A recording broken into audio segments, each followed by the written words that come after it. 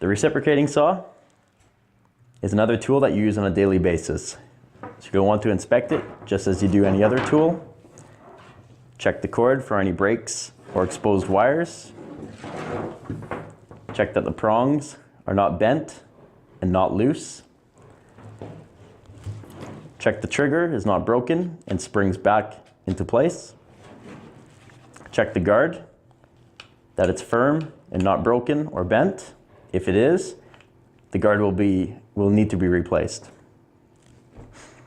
Check the blade, that it is straight and not bent, that it is not missing any teeth and is sharp. When changing the blade, turn the chuck, pull the blade out,